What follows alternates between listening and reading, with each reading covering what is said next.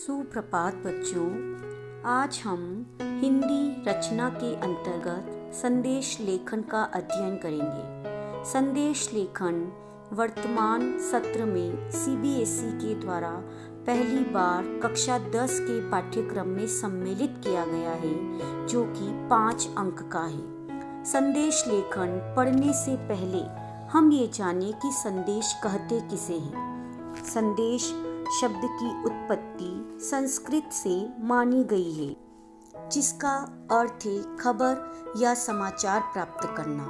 जब कोई व्यक्ति किसी कारणवश किसी दूसरे व्यक्ति से सीधे बात नहीं कर सकता, तब वह कोई जानकारी, समाचार या खबर संदेश के माध्यम से दूसरे व्यक्ति तक पहुंचाता है। संदेश किसी व्यक्ति विशेष या किसी समूह द्वारा किसी विशेष व्यक्ति या समूहों को दिए जाते हैं। संदेश लिखित या मौखिक, सुखद या दुखद दोनों ही हो सकते हैं। संदेश लेखन की परंपरा कोई नई नहीं है, यह आदि काल से ही चली आ रही है। आदि काल में भित्ति चित्रों पर सांकेतिक भाषा में संदेश दिए जाते रहे हैं। जैसे जैसे मनुष्य प्रगति करता चला गया, वैसे वैसे इसकी महत्ता बढ़ती चली गई और संदेश पहुंचाने के माध्यम भी परिवर्तित होते चले गए।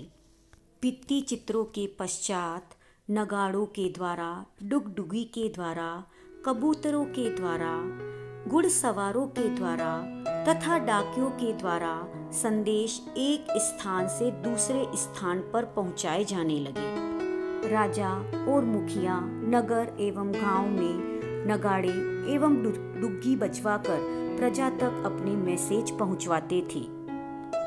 समय ने करवट ली और विज्ञान के नए नए आविष्कारों ने संदेश को भेजने के कई साधन जैसे पत्र, computer, email, mobile, Facebook, internet, Instagram, Twitter, WhatsApp आदि कई साधन आज हमारे सामने ढेरों विकल्प मौजूद है। आज हम कभी भी कहीं भी किसी को किसी भी समय बिना बाधा के अपना संदेश आसानी से भेज सकते हैं। संदेश लेखन के कई प्रकार हैं, जैसे पर्व, त्योहार, उत्सव आदि पर संदेश भेजना, जैसे दीपावली, ईद, होली, शुभकामना संदेश भेजना, मातृ दिवस, महिला दिवस, योग दिवस आदि। सामाजिक संदेश, साक्षरता संदेश, स्वच्छता संदेश, खोया पाया संदेश, ये सभी सामाजिक संदेश के अंतर्गत आते हैं। व्यक्तिगत संदेश, अनुपस्थिति का संदेश, परिजनों को बधाई का संदेश, देर से आने का संदेश, ये व्यक्तिगत संदेश के अंतर्गत आते हैं। संदेश मिश्रित भी होते हैं, जिसमें प्राकृतिक आपदा, कोरोना से संबंधित या देशभक्ति का कोई संदेश, ये सभी संदेश मिश्रित संदेश के अंतर्गत आएंगे। संदेश लेखन लिखते समय कुछ आवश्यक बिंदु है जो हमें ध्यान रखना आवश्यक है। संदेश की समस्त सूचना सीमा रेखा अर्थात एक बॉक्स में लिखी जाती है। दिनांक, समय तथा संबोधन लिखना आवश्यक होता है।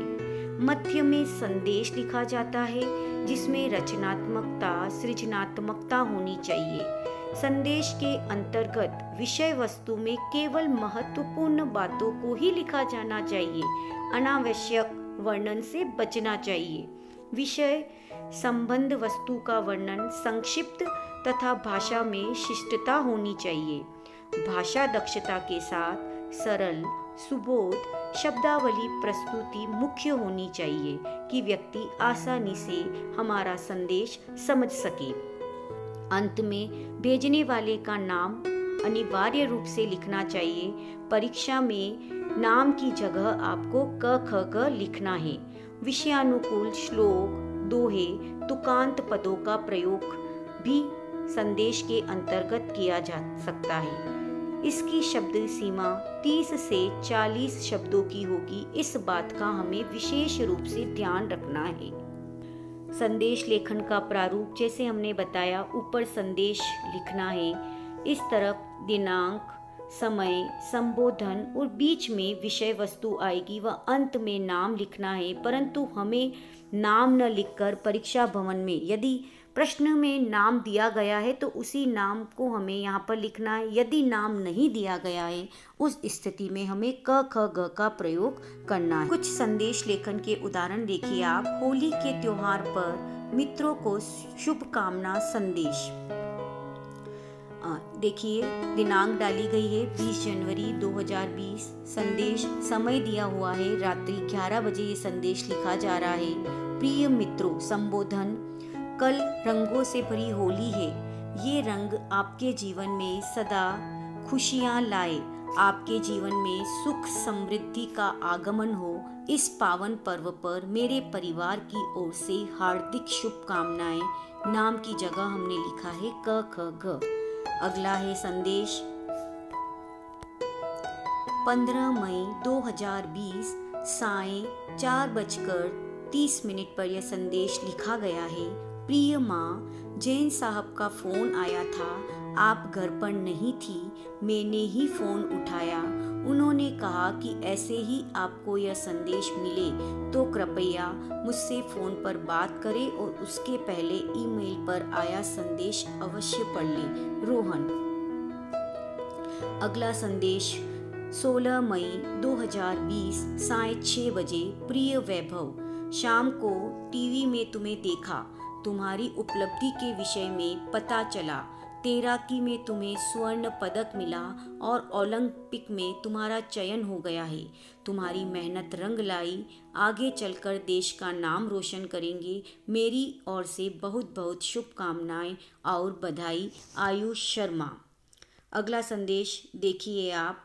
31 दिसंबर 2019 रात्रि 12 बजे। प्रिय रजत, नव वर्ष की पावन बेला में मेरी यही शुभकामनाएं हैं कि प्रत्येक दिन आपके जीवन में एक शुभ संदेश लेकर आए।